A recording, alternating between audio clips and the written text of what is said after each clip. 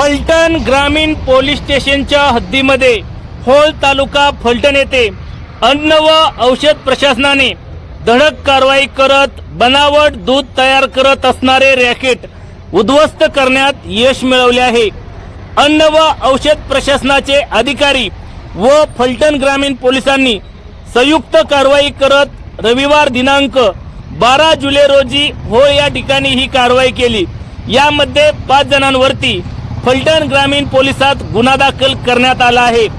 संशयित आरोपी दिलीप भीमराव भोसले, मंगल दिलीप भोसले, कुणाल दिलीप भोसले, नीरा येथील श्री मोरे तसेच वडगाव निंबाळकर तालुका फलटण येथील सोमनाथ डेअरीचे मालक भागीदार संचालक यांच्यावरती फलटण ग्रामीण पोलिसांमध्ये गुन्हा दाखल करण्यात आला आहे। या कारवाईमध्ये 4 किलो ओवे पावडर एसएनएफ वाढवण्यासाठी 3 kilo non dairy cream powder mixer इत्यादी साहित्य या कारवाईमध्ये जप्त करण्यात आले आहे।